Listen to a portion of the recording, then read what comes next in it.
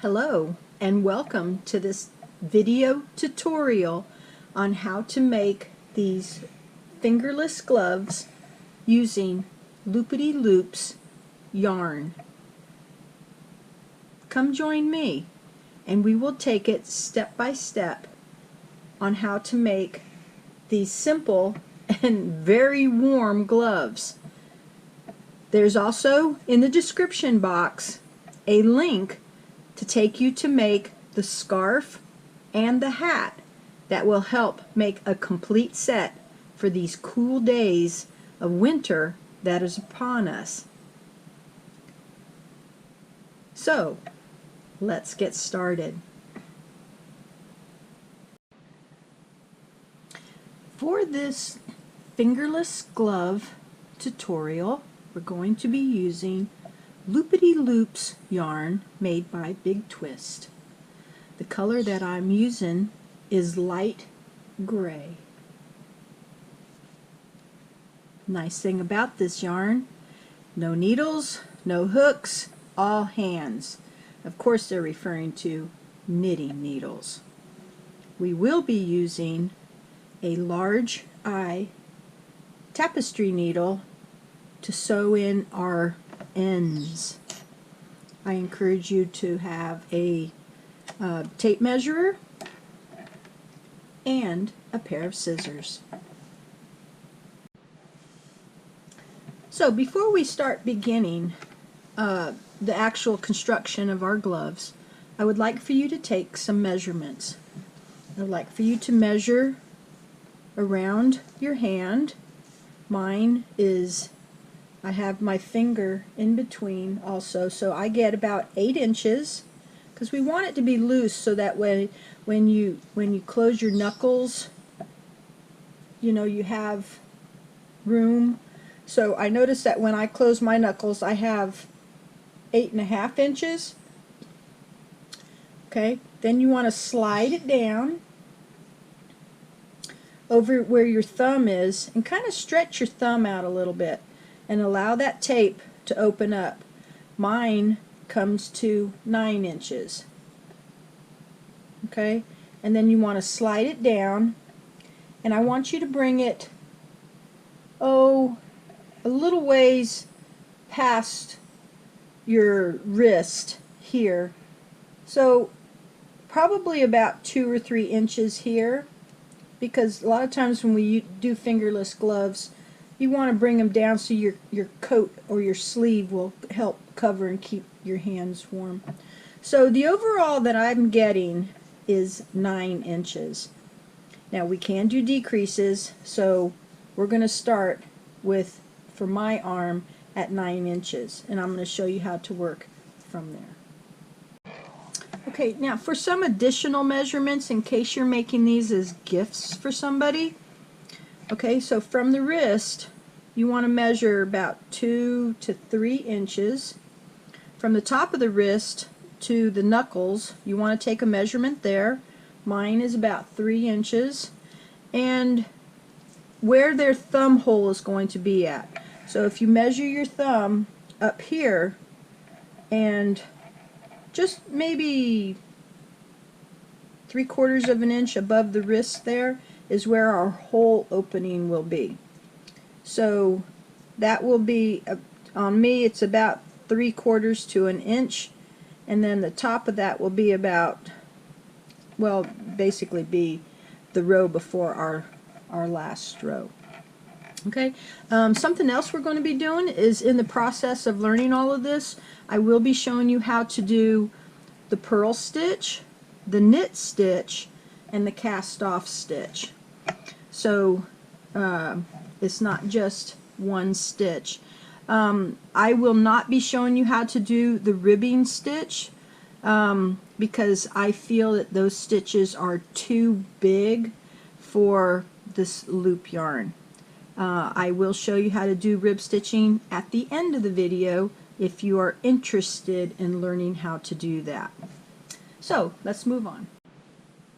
To use this yarn you need to open the band on the yarn, the skein, the ball, whatever you choose to call it, and take it off. Okay, the best way to work this yarn is from the outside of the skein to the inside. And since I had already started some, I have mine ready.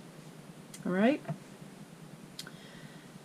And before we begin, we want to have some yarn that we can weave in. So even though this one, the last loop, had already broke, I would like to show you what you're going to do.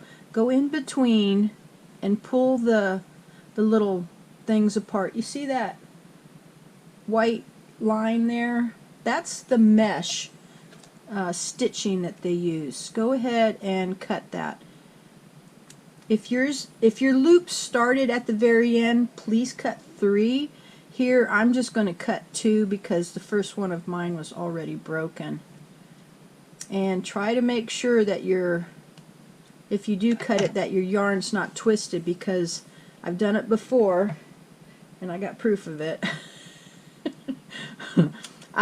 I cut mine and it was a little twisted and it ended up cutting off my tail. So that's why I encourage you to really look at it closely. These are made very well, so they will hold up. I mean, here you can pull and they won't come apart. So the mesh of this yarn is made very, very well. Okay, so let's move on. I'm going to take and lay my tape measure out here in front. And since I have 9 inches as my biggest, you'll also notice too that this doesn't stretch.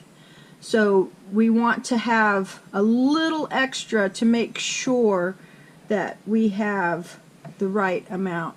So place that, the center of the loop at 0, and you're going to go to where your loop is going to be. And mine is, I'm going to 9 inches right there.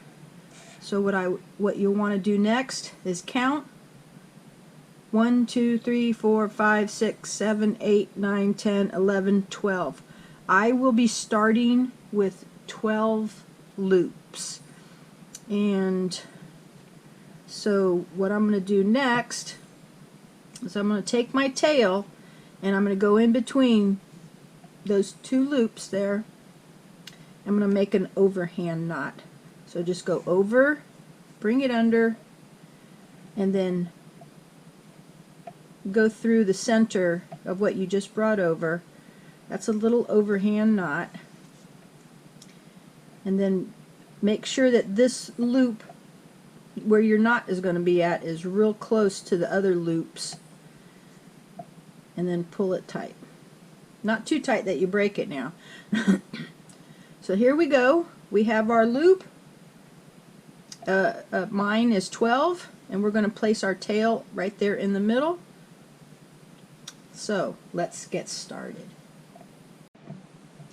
Now I'm going to give the name of things so that way you'll understand as I talk on this video. Our circle here is going to be known as our foundation. This is what our yarn will create in the project. The yarn that's coming from the skein or the ball is known as the working yarn. So you're going to find that there'll be times when I say foundation and working yarn. Just remember the working yarn comes from the skein, and that's the most important one that you'll want to remember. So the first stitch that I'm going to show you how to do is the purl stitch. So I would like for you to take your working yarn and bring it towards you, and then back here where your foundation is will be your first stitch, right there where your knot is. And you'll notice too is if I turn it to the side, you'll see the working yarn loop, the first one is right here. So we're going to take that working yarn loop and go through the center of the foundation loop. Okay? Or to make it in easier terms, take the yarn from the skein, your working yarn, and go through the loop in the circle. Okay? So this straight line that you see right here is the loop from our circle here. Okay, now at first it's going to seem kind of loose, but it will get better. So keep on doing that. Take your working yarn and go through your loop on your foundation until you get to this thread piece right here, and then stop. I'm going to stop the video right now, so go ahead and do that, and when you get to the end, make sure you count how many loops that you started with originally, and make sure that that same number is after you've placed this purl stitch on. Okay, so here I am at the end of my row. You'll see my tail is right here in the center. So I'm going to go back and I'm going to count and tug. Count and tug. So 1, 2, 3, 4, 5, 6, 7, 8, 9, 10, 11, and 12. Okay, so here's my 12th one. Now, the super nice thing about this yarn is we don't have to chain one, we don't have to do anything. We can just go right into the next one for the starting of the next row. So let's take our yarn. It should still be in front. Unless you pulled it behind, pull it back in front so that we can continue on with our purl stitch. So the loop that is above the line right here, this is from your first row or your foundation row. We're going to take the working yarn, this one right here, and we're going to go through the center of that loop. Basically doing the same thing we just done. So now you'll have this loop here, the straight line between the loops, and then a second loop right there. So as we turn, take the next loop, go through the next foundation loop. Okay, now you can go ahead and start pulling them up nice and tight. And the nice thing about this little circle that we're doing for these fingerless gloves is that we can just rotate. We're going counterclockwise, and we can keep right on going around. Alright, keep on doing that until you get to where your tail piece is hanging down, and I'll meet you there. Please pause your video. So here we are at the end of our row.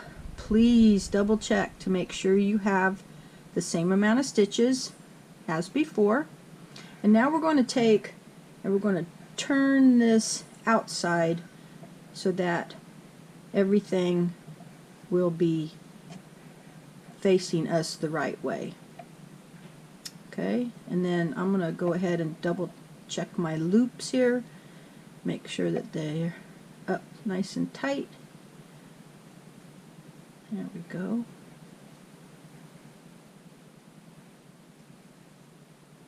Okay, now we're ready to move on to our next row. Alright, so we have our right side facing out, which shows our lines of our purl stitch. So I'd like for you to do one more row of the purl stitch, and of course when you see your tail, that'll be the last stitch of your row, and then we will change to another stitch. So please do one more row of purl, and I'll meet you there. I hope your glove is going as fast as mine is. This fabric, this yarn is so soft. I love touching it. Okay, so now something else that I need to remind you of is as you go along before you do the next row, go ahead and pull out enough yarn for that row so that way your skein is not everywhere all over the place. Okay, so now we've completed 3 rows of purl stitch. Now I would like for you to take your working yarn and bring it towards the back, away from you. Okay, so we're going to do the knit stitch. Now the next loop, make sure you grab the right one, because sometimes with them being so close together you can accidentally grab the wrong one. So double check. Now this one's inside of a loop, this one's the free one. So we're going to go in from behind now. We're going to take our working yarn loop and the next loop on our foundation, and we're going to come up from behind and go through the center. And you're going to see on this row it's going to make a whole new changed look on our glove here. So take the next working yarn loop and the next foundation loop, take the working yarn, come up from behind. Okay, you can already see the long loops now as our new stitch. Let me show you one more time.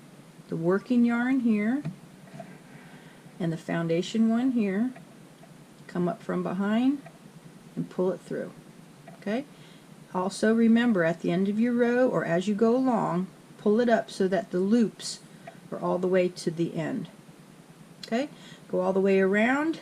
Remember where your tail is right here. That's where you're going to stop or count how many you've done. So go ahead and let's do this row and let's move on.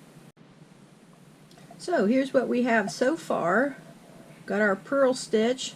We're working on our knit stitch. Now I want you to remember that this is a very thick yarn. It's also a very warm yarn too. So this will look big on you, but it will go with the hat and the scarf that the other tutorials that I showed you from before. So now that we have the one row of our knit stitch, you'll find that we're almost done. See how my wrist is right here, so I have my last purl stitch here and it fits nicely. So the next thing we're going to do on this next row is we're going to start to create our thumb opening, and I think because these stitches are long enough we're only going to have to do it over one row. So let's get started to move on to our thumb opening, and then we will almost be done. Now to do our row, the second row of our knit stitch, this will also be the row that we do our thumb opening. So you see here, this is the beginning of a new row, so this was my 12th one. So we're going to take the working loop and we're going to go up from behind onto the foundation loop of the next row, and then we're going to do something a little bit different that you're going to say, oh. I would like for you to take the working loop and just lay it next to the foundation loop, and then take the loop, the next loop, and go through both of those loops. It's kind of like our cast off stitch. I know we haven't gotten that far yet, but what that does is that'll help bring everything over so that we can create this opening. Then the next working loop, go ahead and go through that foundation loop that we used for cast off, and that'll help move us over. You see now we have a hole right here, and we're going to keep on going around. So our next working loop will go through our next loop, and then our next one. Okay, continue around until you get to the beginning of your row, and then I'll meet you there.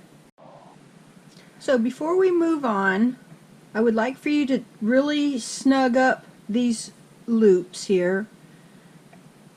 Okay, do that all the way around, and I will meet you at the beginning of the row again. Now I would like for you to count how many loops you have in this row. You should have one less loop because of the two that we joined together for the thumb hole opening. Okay, so take a second and go ahead and do that. Okay, so we're going to start our next row now, So take your working loop, go through, and we're going to have one loop. We're just going to leave. We're just going to skip that because this will be our add-on loop. And then so for the next loop, we want to go through.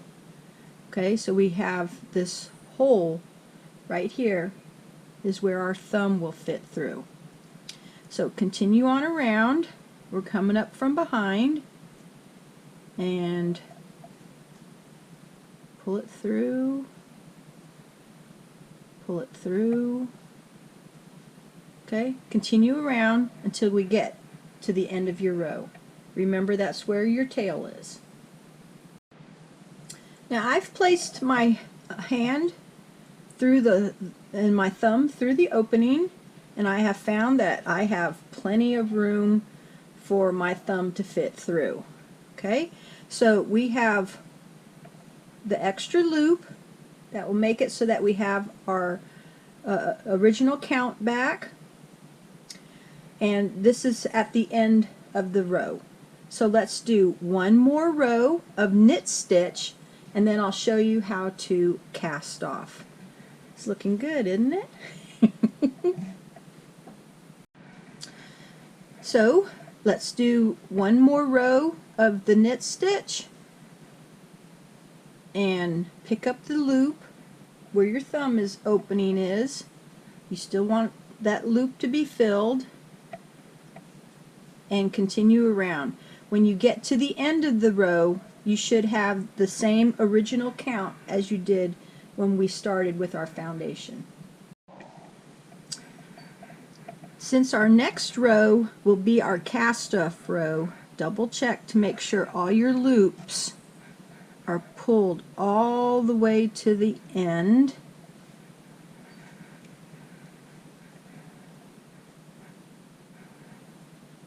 Okay. Now if this wasn't a tutorial, I guarantee you these things would take you less than 10 minutes to make. They're super simple, super quick, and I really hope you enjoy them because I'm loving all of this. Now here is my last loop here. What I would encourage you to do, let's do a double check before we finish it, do our cast off. Okay, now remember the cast off will give a little bit, so this will meet right here at my knuckles. So I'm happy with my length that I have for my fingerless gloves here. If you want them longer, say like you're making these for a man and his or a woman and their hands are a lot longer, I encourage you to do a couple more rows. If not, let's go ahead and show you how to finish this row. Okay, so here's our last working loop already in the foundation. We want to count over on the working yarn 1, 2, 3, and 4 loops. It's always better to have more than not enough. Now remember when we first cut these loops the very first time, go in there and carefully cut them again. Make sure your loop yarn is not twisted, and please make sure that you can see it, because I hate for you to be all upset that you cut it and and you cut it, the loop, I mean the yarn you needed for your threading by accident. Alright, so let's move on to the next step. Where your tail is, place that behind you. Okay, we're not working those right now. We're going to take the next loop that you would have stuck your working yarn into, and then the loop which will obviously be above your thumb. So we're going to take this finger on my left side here, and it's going to go inside the loop on the foundation that was on the right side. Okay, so let's go to the next one. The left loop is going to go through the center of the right loop. You see how the loops are finished off now? The left loop is going through the center of the right loop. Tongue twister there.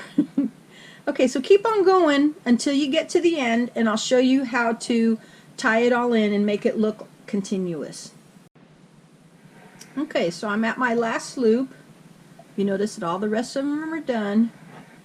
Okay, now you're going to say, what's that tail for? Well, now you're going to find out. Take your tail and go through the center of your last loop. Okay, so you should have it like this. Now take your tail and the very first loop that we created of the cast off on the row, you want to take that and go through the 2 loops. We want this to look continuous. Okay, make the tail here about the same length as the rest of the loops, and now take your end piece and go through the center so that it goes to the inside of the glove. Okay. Now we're going to turn the glove back just a little bit, and we're going to thread our needle. Let me get my needle. I put my needle away in the sewing box. Okay, so let me show you how to thread this needle. I don't recommend taking the ends and try to squeeze it through, because sometimes that will cause it to fray and ravel.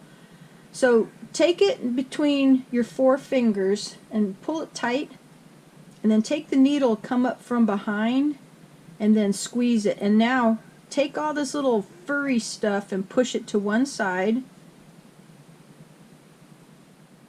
Okay, now you can see how I have a little bit of fur and that white thread. So I'm going to take it and see, squeeze it all through the eye of that needle and pull it through.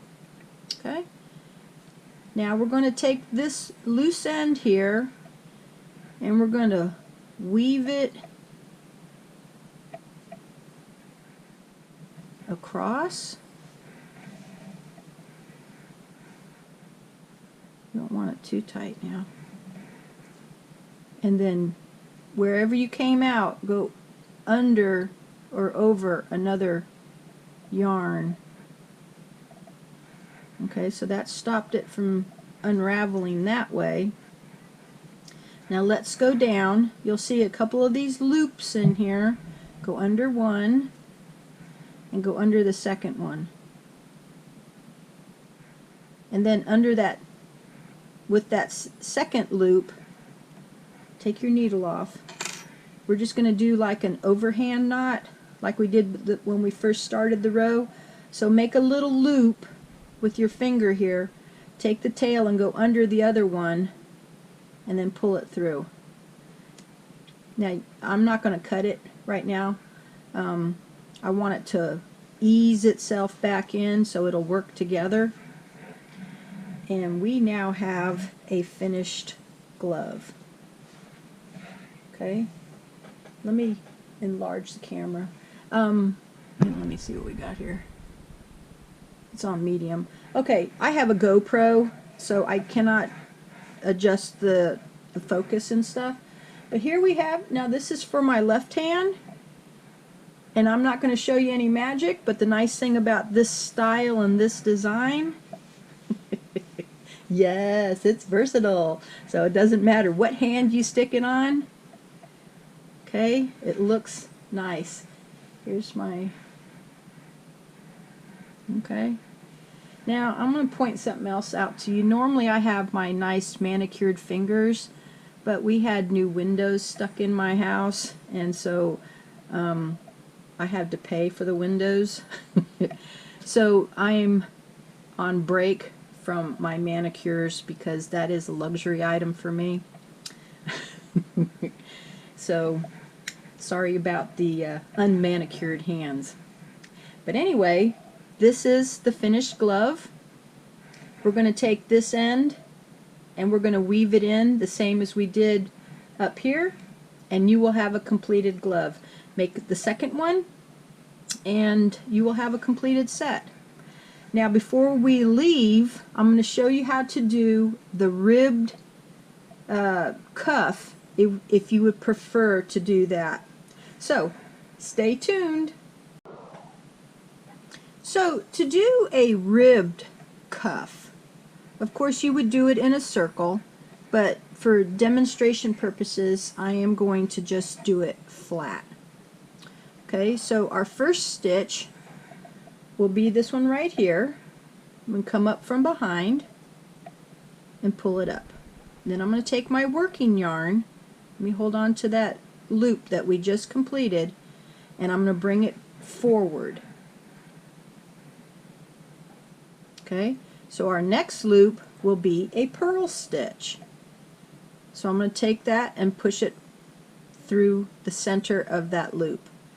Now I'm going to hold on to that one, and I'm going to take my working yarn and go behind. And then I'm going to take the next loop and do a knit stitch. You can see it already where, well, this first stitch doesn't, yeah, so here's your knit stitch and the line for your purl stitch, and here's the knit stitch again. So we're going to take our working yarn and bring it forward, and then we're going to do the purl stitch.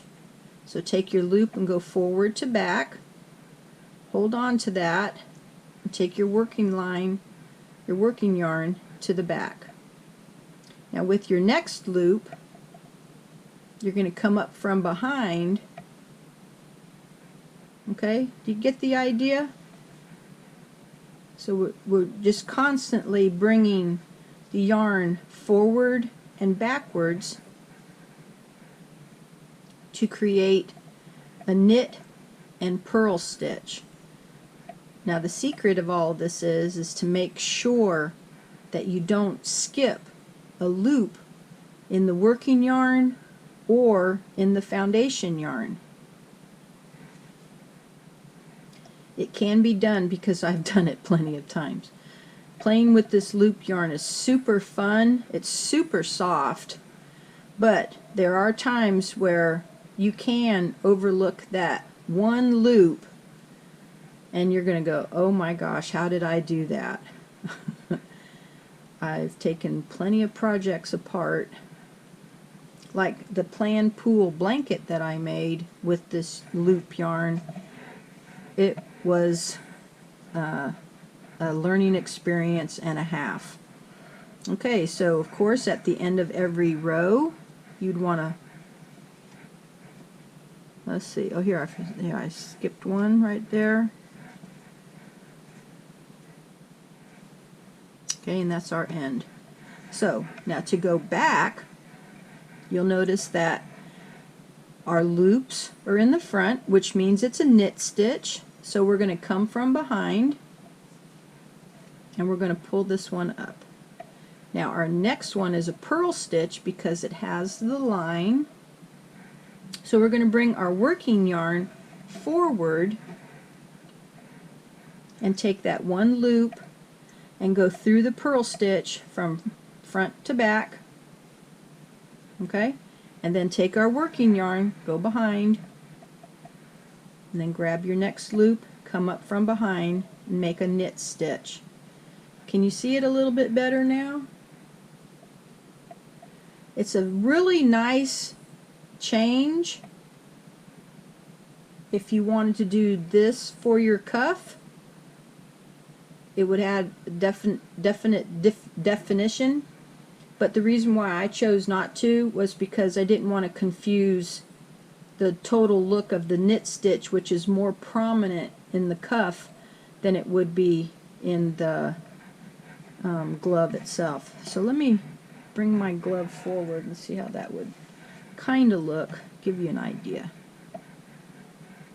Okay, see how there's so much knitting going on, it just kind of makes it look like the whole thing is a knit stitch. So with the purl, you have the definite lines and then the definite knit stitch. So I hope you get an idea of what you would like for the ribbing stitch, the purl stitch, and the knit stitch. So I want to tell you thank you so much for watching. I appreciate y'all coming by and learning how to do this. I usually teach crochet videos because I want to encourage the art of crochet. It is an art, but it's a very relaxing and very fun project that you can create. You can use your colors, use your imagination, and I know many people will be happy if they received it as a gift.